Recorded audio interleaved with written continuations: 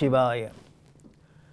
வாக்குண்டாம் நல்ல மனமுண்டாம் மாமலராள் நோக்குண்டாம் மேனி நுடங்காது பூக்கொண்டு துப்பார் திருமேனி தும்பிக்கையான் பாதம் தப்பாமல் ஷார்வார் தமக்கு.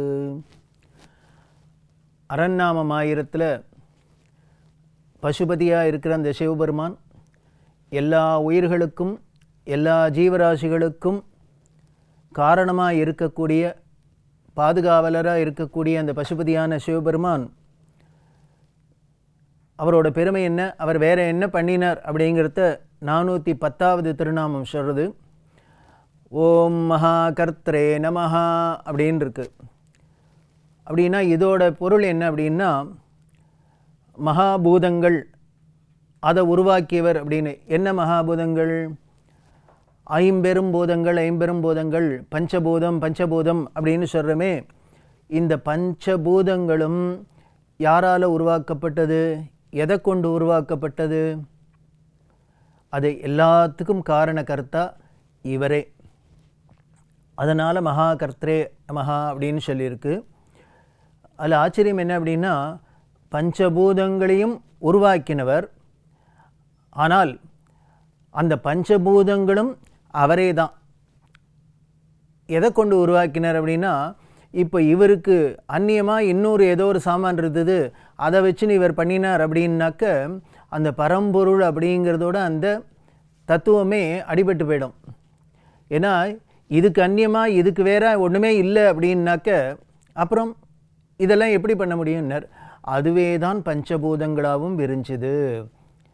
அது பஞ்சபூதங்களாக இருக்கிறதும் அதுவே தான். பஞ்சபூத க்ஷேத்திரம் பஞ்சபூத திருத்தலம் அப்படின்னு சொல்கிறோம் இல்லையா, சிதம்பரத்துலேருந்து ஆகாய தலத்துலேருந்து ஆரம்பித்து. அப்படி பஞ்சபூதங்களாகவும் விரிஞ்சு இருக்கிறவர், அதை உருவாக்கினதுனால மகா கர்த்ரே நமஹா அப்படின்னு சொல்லியிருக்கு. இப்படி எல்லாத்தையும் உருவாக்கினவர், எல்லாம் பண்ணினவர் எப்படி இருக்காராம்? 411வது திருநாமம் சொல்கிறது ஓம் மனௌஷதாய நமஹா அப்படின்னு இருக்கு. ரொம்ப ஆச்சரியமான ஒரு திருநாமம். அனௌஷதாய நமஹா அப்படின்னா அன்னத்தை ஏற்காதவர், உணவு உண்ணாதவர் அப்படின்னு அர்த்தம். என்னது இது, இவர் சாப்பிட்றது இல்லையா அப்படின்னார்.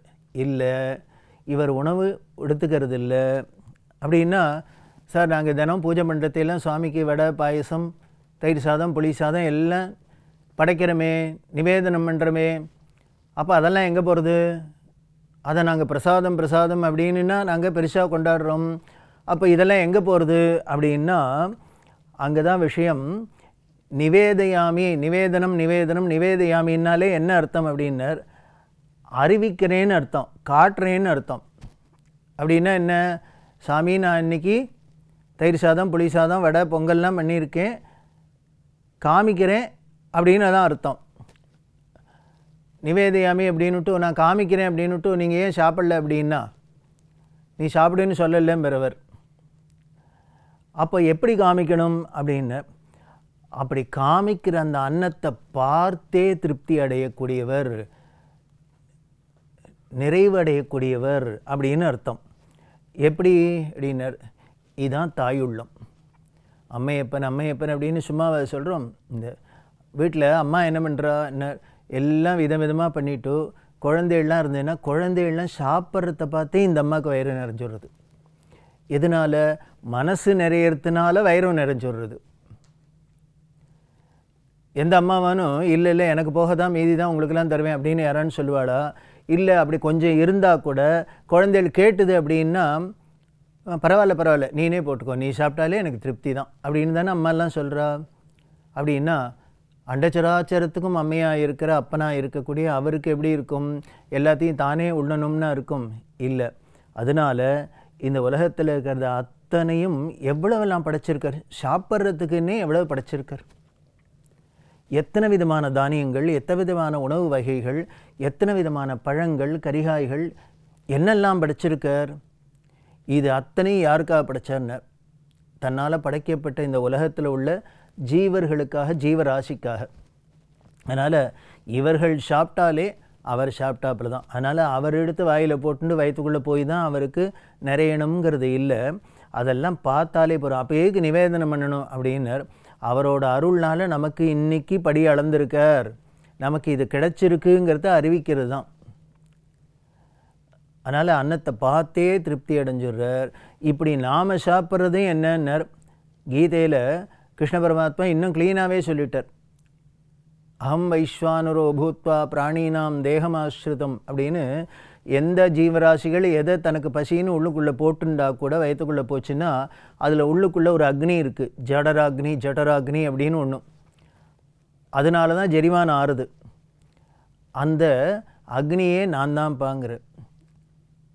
அதனால் எல்லா ஜீவராசிகளுக்குள்ளேயும் அந்த வடிவமாக இருந்து ஜடராக்னி வடிவமாக இருந்து நான் தான்ப்பா ஜெரிச்சுக்கிறேன் அப்படின்னா அவரை தானே போய் சேருது. அதனால் இவர் எய்த்தாப்பில் உட்காந்து கோவிலில் இருக்கிற சாமி வாயில் போட்டுட்டு தான் அவர் பசியாரணுங்கிறது இல்லை. எந்த ஜீவராசிகளுக்கு இருந்தாலும் அன்னம் பாலித்தாலும் எதனால் எல்லாருக்கும் எல்லாத்துக்கும் அன்னதானம்னு விசேஷமாக சொல்லி அன்னம் பாலிக்கிறது எதனால் அப்படின்னர், அத்தனை ஜீவராசிக்குள்ளேயும் அவர் இருக்கிறதுனால எல்லா ஜீவராசிகளும் பசி இல்லாத இருந்ததுனாலே அவருக்கு பசி இல்லை, திருப்தி. இப்படி ஒரு உயர்ந்த ஒரு பெருமை அவருக்கு இருக்கிறதுனால தான் அனௌஷதாய நமஹா அப்படின்னு சொல்லியிருக்கு. அடுத்த 412வது திருநாமம் ஓம் அக்ஷராய நமஹா அப்படின்னு இருக்கு. க்ஷயம்னா அழிவு, குறைவு. என்ன அக்ஷரம் அப்படின்னா அழிவு இல்லாதவர் அப்படின்னு அர்த்தம். எப்படி இருக்கிறவர் அப்படின்னர், எதனால் அழிவு இல்லாத இருக்கனால் எல்லா ஜீவராசிகளுக்குள்ளேயும் ஜீவ சாட்சியாக இதயத்துக்குள்ள உள்ளுரை பொருளாக இருக்கார் இல்லையா, அதனால் இவர் அழிவில்லாதவராக இருக்கார். ஏதோ இருக்கிறக்குள்ள ஜீவராசியில் ஒன்று போனால் இன்னொன்று இருக்குது, இன்னொன்று போனால் இன்னொன்று இருக்குது. அப்போது அங்கே அழிவில்லாத இருந்துகிட்டே இருக்குது. அதனால் இவர் அக்ஷரமாக இருக்கார், அக்ஷர பரபிரம்மம். இதை விட நான் ஆச்சரியமாக என்ன சொல்கிறதுன்னு ஓம் பரமாய பிரம்மணே நமஹா அப்படின்னு இருக்கு. பிரம்மம் அப்படின்னாலே பரபிரம்மம் அப்படின்னாலே பரம்பொருள் அப்படின்னாலே அது மிக உயர்ந்தது, அதுக்கு மேலே ஒன்றும் இல்லை அப்படிங்கிறது தெரிகிறது. அப்படின்னா பரமாய பரபிரம்மணே நமஹா அப்படின்னா பரம் அதுக்கு மேலே ஒன்றும் கிடையாது. அதுலேயும் எப்படி இருக்குன்னர், ஒப்புயர்வற்ற நிகரில்லாத பரம்பொருளாக இருக்குது. சா காஷ்டா சா பராகதீஹி அப்படின்னு சொல்கிறது. அப்படின்னா என்ன, அதுவே எல்லை நிலம், அதுக்கு தாண்டி ஒன்றும் கிடையாது, அந்த எல்லையை தாண்டி ஒன்றும் கிடையாது. அதனால் அதுவே எல்லை நிலமாகவும் இருக்குது. அப்படி இருக்கிறதே என்ன, அதுவே சா பராகதீஹி அப்படின்னு அதுவே உயர்ந்த புகலிடமாகவும் இருக்குது. அதுவே புகலிடமாகவும் இருக்குது, அதுவே எல்லை நிலமாகவும் இருக்குது இல்லையா. அதனால பரமாய பரபிரம்மணே நமஹா அப்படின்லாம் சொல்லியிருக்கு. இது அழிவில்லாதது அக்ஷரமானது அப்படின்னு சொல்கிறோம், பரமாய பரபிரம்மணே நமஹா அப்படின்லாம் சொல்கிறோம். இப்படிலாம் சொன்னாலும் அதோட புகழுக்கு ஏதானும் ஒரு விஷயத்தை பார்த்தா தானே தெரியும்.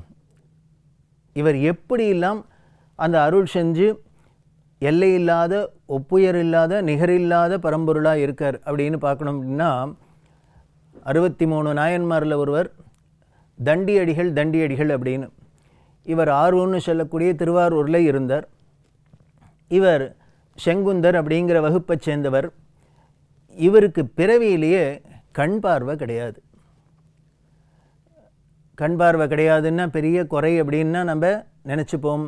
ஆனால் இவர் எப்படி இருந்தார் அப்படின்னார், இந்த உலகத்தை வெளியில் இருக்கிறதெல்லாம் பார்த்து நமக்கு அதனால இன்னும் ஆசைகள்லாம் வந்து இப்படி திருப்பி திருப்பி இந்த பிறவியில் சுழல்றதுக்கு காரணமாக இருக்கக்கூடிய இந்த உலகத்தில் உள்ள மாயையில் இருக்கக்கூடிய எதையும் பார்க்க முடியாத நமக்கு இருக்கிறதே பெரிய அருள் அப்படின்னு நினச்சிட்டு அப்போ என்ன பண்ணார், அகக்கண்ணால் பார்க்க ஆரம்பித்தார். அகக்கண்ணால் எதை பார்க்க முடியும், அகக்கண்ணால் உள்ளுக்குள்ளே இருக்கிற பரம்பொருளை தான் பார்க்க முடியும்.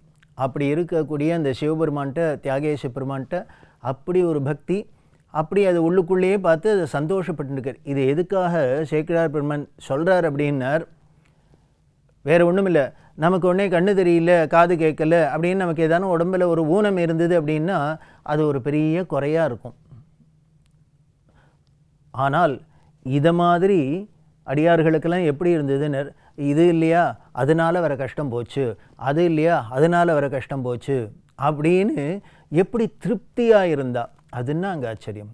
எதனால் திருப்தியாக இருந்தான்னு, அந்த குறைவில்லாத அழிவில்லாத குறையில்லாத அந்த பரம்பொருளை உள்ளுக்குள்ளேயே நினைக்கிறதுனால எந்த ஒரு குறையும் தெரியல. இவர்களுக்கும் அந்த க்ஷயமே இல்லாத இருந்தது, குறைவே இல்லாத இருந்தது. அப்படி இருக்கார்.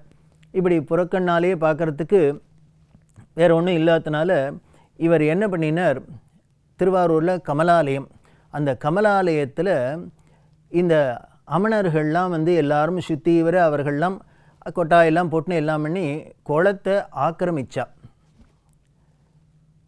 என்க்ரோச்மெண்ட்டு இப்படிலாம் ஆரம்பித்தோன்னே இவர் பார்த்தார் இந்த தண்டியடிகள், ஆஹா இப்படி தியாகேஷ பெருமானோட குளம் போகிறதே, நீர்நிலை போகிறதே அப்படின்ட்டு, சரி அதை தூர்வாரி ஆழப்படுத்தி அதை சரிப்படுத்தணும் அப்படிங்கிறதுக்காக இவர் தினம் கால வேளையில் போகிறது. தியாகேஷ பெருமான கோவிலை வலம் அவரை மனசனால் மானசீகமாக தரிசனம் பண்ணிட்டு நேர கமலாலயத்துக்கு போய் இவர் ஒரு மண்வெட்டியை வச்சுப்பார், கூடையை வச்சுப்பார்.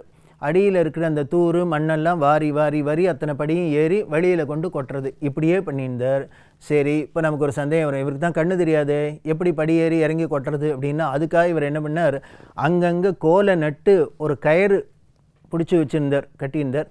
இவர் எல்லாத்தையும் எடுத்துன்னு அந்த கயிறை பிடிச்சுட்டே மேலே ஏறுவர், கயிறை பிடிச்சுட்டே கீழே ஏறுவர். இப்படி பண்ணுறத பார்த்துட்டு அமணர்கள் பார்த்தா, இது உனக்கு தான் கண்ணு தான் இல்லை, இப்படி இருக்கிறதே இதெல்லாம் பண்ணுறையே, எதுக்காக இதை பண்ணுற, இது வேண்டாத வேலை அப்படின்னு சொல்லி அவர் சொன்னார், இது சிவத்துண்டு, உங்களுக்கு இதோட வேல்யூ தெரியாது, பெருமை தெரியாது அப்படின்னு. உடனே அவள் பரியாசம் பண்ணா, உனக்கு கண்ணு தான் தெரியலன்னு நினச்சோம், நாங்கள் சொல்கிற நல்லதும் உங்கள் காதில் கேட்கல, அதனால் காதும் செவிடு போல் இருக்குது அப்படின்லாம் சொல்லிவிட்டு, இது பெரிய தொண்டுங்கிறியே, இதனால் என்ன கிடைக்கும் பலன் அப்படின்னார். என் தியாகேஷன் நினச்சா என்ன வேணால் கிடைக்கும் அப்படின்ட்டு உடனே என்ன பண்ணார், உங்கள் நம்பிக்கைக்காக வேணா சொல்கிறேன், இப்போ கண்ணு தெரியாத எனக்கு கண் பார்வை கண் பார்வைக்கிற உங்களுக்கு கண் பார்வை போயிடுத்துன்னா அப்போ நம்புறேளான்னார். உடனே அவர்கள்லாம் சொன்னான், அப்படி ஒரு நடந்ததுன்னா அப்புறம் பார்த்துப்போம் அப்படின்னு. அப்புறம் பார்த்துப்போம், அப்படி நடந்தால் என்ன பண்ணுவேன்னார். அப்படி மட்டும் நடந்துடுத்துனா நாங்கள் இந்த ஊரை விட்டு போய்ட்றோன்னு, நாங்கள் இந்த ஊரை விட்டு போய்ட்றோம் அப்படின்னு. உடனே என்ன பண்ணால், மறுநாளைக்கு இவர் தியாகேஷ பெருமான்கிட்ட வேண்டுற, சோழ ராஜாவுக்கு கனவில் போய் தியாகேஷர் சொல்கிறார், இதை மாதிரி தண்டியடிகள் பண்ண போகிற நாளைக்கு அங்கே ஒரு அதிசயம் நடக்க போகிறது, நீனு வான்னு சொல்லி. உடனே எல்லாரும் கமலாலயத்துக்கு வந்தால் இவர் என்ன பண்ணினார், போய் எப்பொழுதும் போல் மண் எடுக்கிறதுக்கு உள்ள கமலாலயத்தில் மூழ்கிறாரா, மூழ்கி ஏந்துண்டாரோ இல்லையோ 2 கண்ணும் தெரிய ஆரம்பிச்சிடுது. கண் பார்வை வந்தது. கண் பார்வை வந்ததோடு இல்லை, அங்கே எய்த்தாப்பில் இருந்த அந்த அமணர்களுக்கெல்லாம் எல்லாருக்கும் கண் பார்வை போயிடுது. இந்த அதிசயத்தை பார்த்து எல்லாரும் ஆச்சரியப்பட, உடனே அவர்கள்லாம் சொன்ன வாக்குப்படி அந்த ஊரை விட்டு போனால், இவர் இந்த தண்டியடிகள் என்ன பண்ணான்னு தியாகேஷ பெருமானை போய் கண்ணார சேவிச்சுட்டு சொல்கிறார், இனிமேல் வாழ்க்கையில் இன்றைக்கி ஒரு நாள் தான் எனக்கு கண்ணு கிடச்சிது பார்த்தேன், இதுக்கப்புறம் இனிமேல் திருப்பி பழையபடி இந்த உலகத்தை பார்க்கப்படாது, நீ கண்ணு கொடுத்தே கொண்டு கொடுத்தான், அதனாலே என்ன திருவடியில் சேர்த்துக்கணும் அப்படின்னு சொல்ல, அந்த தியாகேஸ்வரோட திருவடியோட தண்டியடிகள் சேர்ந்ததாக சொல்கிறது. எப்போ சேர்ந்தார்னார், பங்குனி சதயம் அப்படிங்கிற பங்குனி சதயத்தில் அவர் சேர்ந்தார். அப்படின்னா இதுதான் குறைவில்லாதவர், தன்னோட அடியார்களுக்கும் எந்த குறையும் வைக்காதவர், அதுதான் பராய பரபிரம்மணே நமஹா அப்படின்னு சொல்லியிருக்கு. அப்படி இருக்கக்கூடிய அவரோட பெருமையில் தொடர்ந்து பார்க்கலாம். ஓம் நம சிவாய.